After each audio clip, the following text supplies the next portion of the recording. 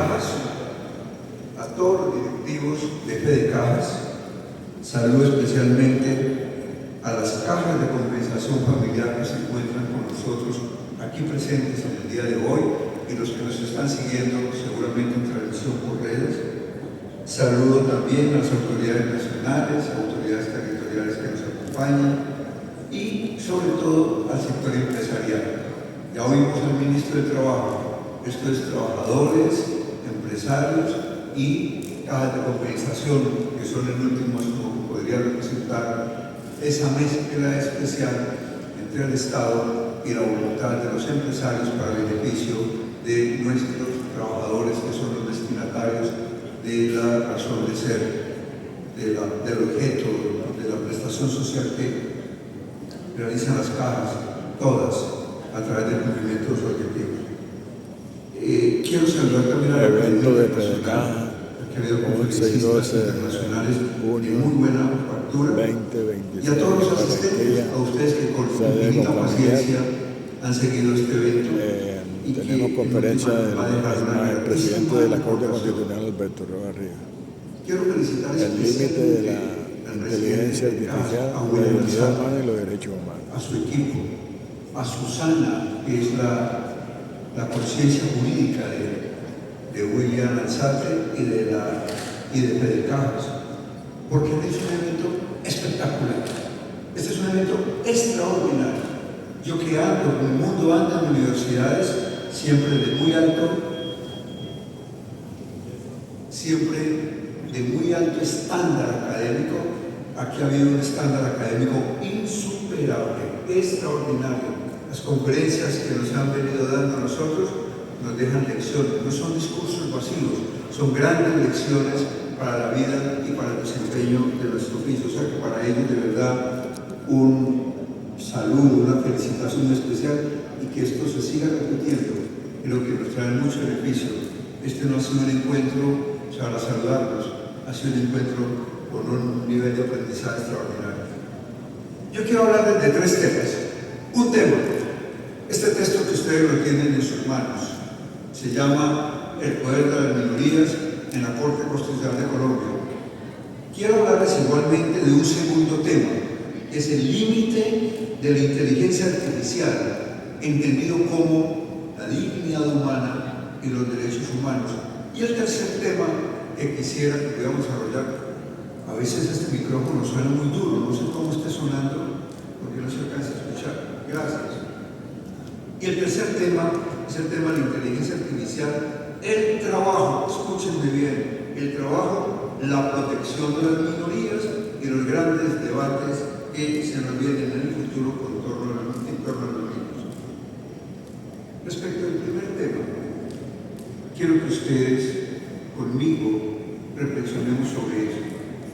La legitimación de una democracia significa el respeto a los derechos de las minorías.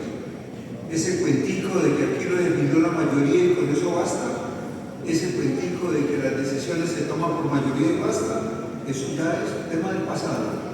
Claro, tiene que haber las mayorías que determinen con decisiones la marcha de una organización, de una empresa, de una sociedad, etc., pero no pasando por encima de los derechos de las minorías. Las minorías tienen un derecho en nuestro medio, en Colombia, tienen un derecho amparado por la Constitución, debe ser respetado por las mayorías, porque de lo contrario, ese poder que se ejerza con votación de mayorías termina siendo ilegítimo. En ese texto que yo les traigo a ustedes, Planeta, en una bellísima edición, cuando ustedes quieran editar un libro, editan en Planeta, es una editorial maravillosa, yo creo que la editorial más importante que hay en Iberoamérica, y ellos se encargaron de este texto.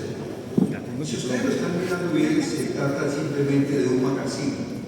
Es un magazine que da cuenta y razón de lo que fueron algunas de mis ponencias en la Corte Constitucional de Colombia. Yo firmé algo así como 2.800 sentencias, fui ponente de 800 sentencias, número más, número menos, y de esas, un día cualquiera, un equipo jurídico dijo que de esas sentencias había unas, no olvido la cifra, unas 52 sentencias que eran, en decir de algunos, de muy buena factura y sumamente útiles, cumpliendo el ideal ordenario de la Constitución. Yo les dije, no por falsa modestia, sino sinceramente, yo les dije, mire, bájenle a la mitad, y nadie hace 50 sentencias buenas.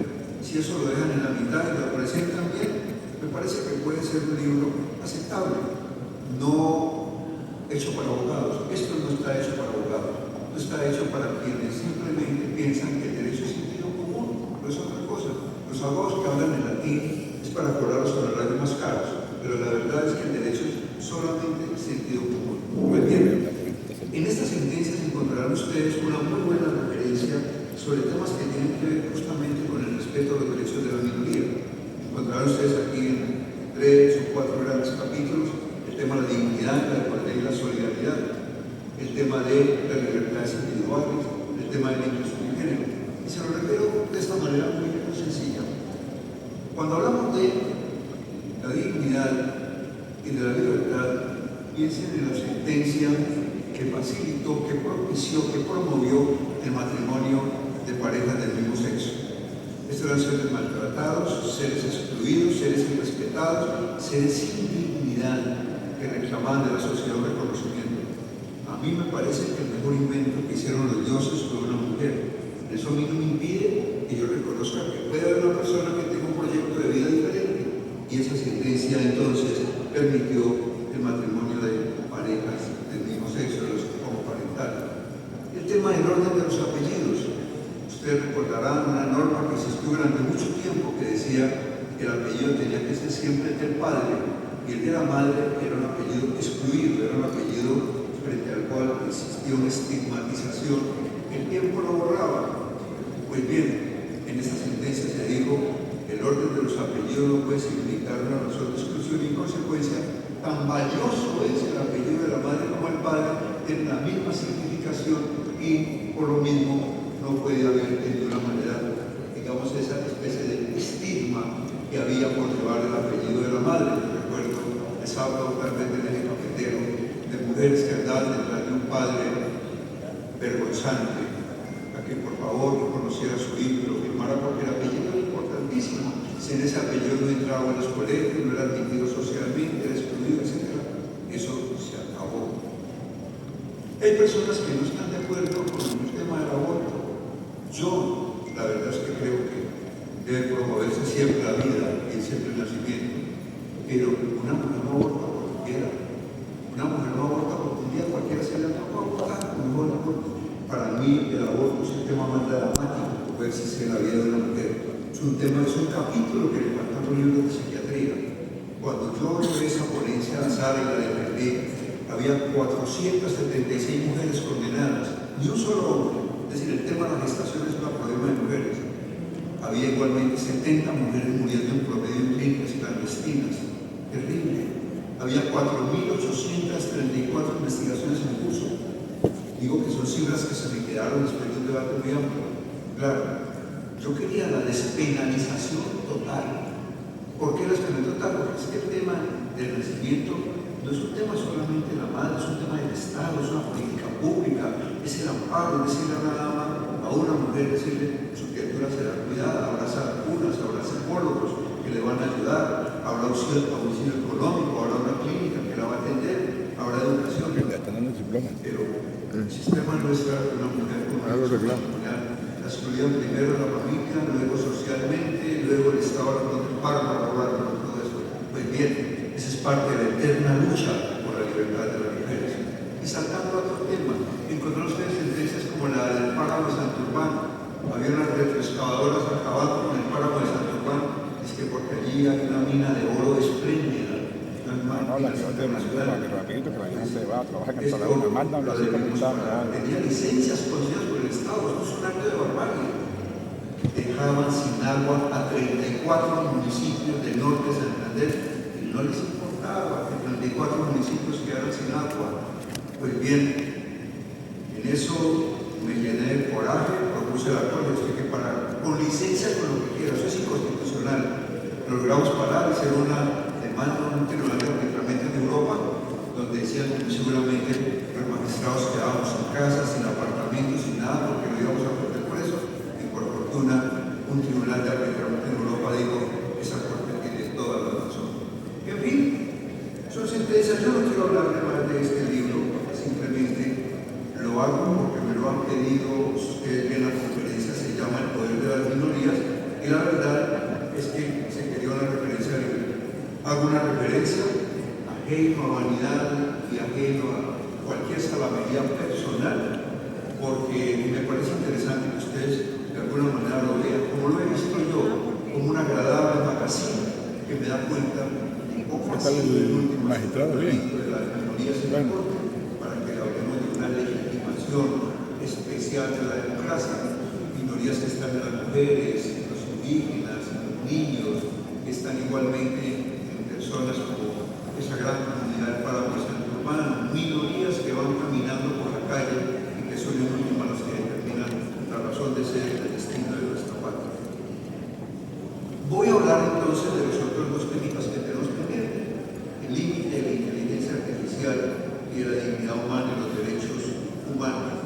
Les decía que quiero sacarlos del espacio de confort, del espacio de comodidad, porque la verdad es que se nos ha dicho, por toda razón, que tenemos que de alguna manera entrar al mundillo de lo que significa la época digital, este mundo digital en que vivimos. Y yo mismo lo he padecido. Yo salí de la Corte 3 largos años y me di a la tarea de olvidarme completamente de todo este tema virtual que me parece que a veces inunda la vida más de lo necesario y que ocasiona mucho daño que inclusive afecta a la democracia. Pero que quien no está en ese mundo digital no existe. Entonces hay que entrar a él. Hay que entrar a él, pero sin olvidarnos que no podemos de ninguna manera entregarle al ser humano como una especie de precio supremo de lo que significa el comportamiento de toda esta tecnología en la era digital, de este nuevo modelo eventual de esclavitud que nos ha traído la era digital. Hoy nos han dado en estos días unas recomendaciones fantásticas, maravillosas, lo que implica esto en el trabajo, lo que implica en la educación, lo que implica en la vida diaria, en la cotidianidad. Y la verdad es que de eso podemos esperar maravillosas repercusiones, como trae toda la modernidad. Ayer decía que un director de caja, el doctor Lucas Aquelares, recordaba lo que ha sido para nosotros la Internet, lo que ha sido para nosotros el tema del ingreso a lo que significó siempre los nuevos avances en la tecnología. Alguien dijo además que hubo un momento dado en que la tecnología, digamos, facilitó más nuestra vida, hizo más agradable nuestra vida. Claro, se ponía como ejemplo de una calculadora que hace los cálculos más extraordinarios y supera al ser humano. Claro que lo supera. Hay muchos eventos en que se supera al ser humano y yo creo que una herramienta que me facilite a mí superándome la vida no está mal. El problema es si yo definitivamente termino de alguna forma en aquella especie de esclavitud vigilada que encuentra uno en ese gran autor que en últimas pintaba el mundo vigilado. George Orwell, ustedes recuerdan a George Orwell, que de alguna manera nos decía lo que significaba la inmensa transparencia del mundo, que era una vigilancia, todos vigilados. Cada vez que uno entrega la cédula a la ciudadanía, entrega el dato, la fecha de nacimiento, porque le están pidiendo todo eso a la gente para venderle una casencia, le dicen cuál es su cédula, hay informaciones, y hay informaciones a dónde van, a los dueños del poder de la información. Cuando hablamos de inteligencia artificial, solemos concentrarnos en sus capacidades, su velocidad para procesar información, su capacidad de aprendizaje, su potencial para automatizar tareas, incluso para generar contenido que hasta hace poco consideramos exclusivamente humano. Sin embargo, la verdadera discusión de nuestro tiempo, escúchenme esto por favor, no es qué tan poderosa puede llegar a ser la inteligencia artificial, sino cuáles son los límites de una sociedad democrática que debe de alguna manera imponerse. Desde la perspectiva constitucional que es mi mundo, ustedes lo saben, esos límites tienen un nombre claro: la dignidad humana y los derechos humanos. la noción misma de derecho humano surge el reconocimiento de que toda persona, con el solo hecho de ser humano, posee una dignidad inherente. Recordemos bien lo que Kant, el gran filósofo Immanuel Kant, presentaba sobre la dignidad referida al ser humano como una especie de fin y no propiamente como un medio, como se decía en parte de los que desarrollaron el concepto de filosofía de dignidad. Pero nosotros llegamos a otro punto. El concepto de dignidad ya hoy por hoy va más allá de lo meramente filosófico. El tema de la dignidad hoy por hoy es que va al ser humano, al contenido en última de ese ser humano viviendo. Dignidad es que se olvida muchas veces la gente que hace política. Dignidad es educación, dignidad es trabajo, dignidad es un techo donde vivir o donde morir con algo de dignidad. Dignidad es salud. Si ustedes ven muchas veces que esos factores en últimas se olvidan dentro de lo que llama el gran proyecto del Estado y termina siendo sumamente grave porque se afecta a la dignidad de las personas. Como lo establece el artículo 1 de la Declaración de los Derechos Humanos, todos los seres humanos nacen iguales en dignidad y en derechos. Y esta dignidad constituye el fundamento de todo el sistema jurídico moderno y en el caso colombiano, del Estado social.